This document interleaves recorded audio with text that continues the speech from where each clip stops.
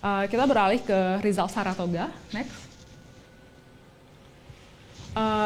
Saat ini seperti yang kita tahu bahwa market khususnya untuk coal sedang tidak terlalu baik dari sisi price.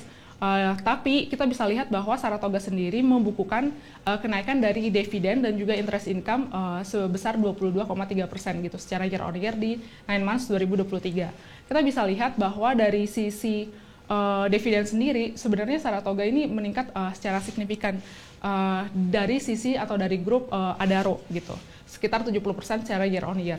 Nah, kami melihat bahwa hal ini juga cukup baik dan cukup resilient, di mana kita melihat bahwa market yang sedang tidak baik-baik saja, tapi ternyata investasi dari Saratoga sendiri bisa membayarkan dividen kepada Saratoga dengan jumlah yang atau peningkatan yang double digit, melebihi ekspektasi kita. Next.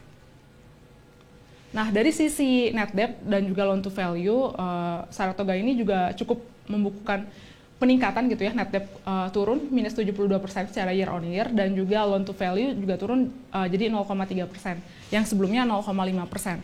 Memang ada pemangkasan hutang gitu ya, dikarenakan keuntungan dari investinya di tahun kemarin karena harga coal naik juga dibayarkan untuk membayar utang sebagian. Jadi rasionya bisa cukup turun, dan ini menurut kami juga cukup baik.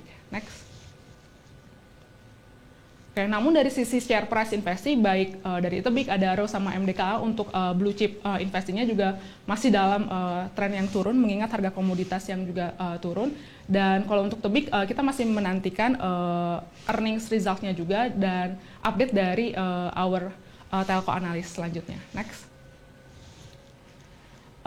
Kita fine tune our forecast dengan target yang lebih rendah meskipun dividen income-nya juga berhasil naik, tapi kita lower our expectation untuk target price dari Adaro dan juga Tebik dari Agustus kemarin ketika kita maintain di 1.800 gitu untuk target price.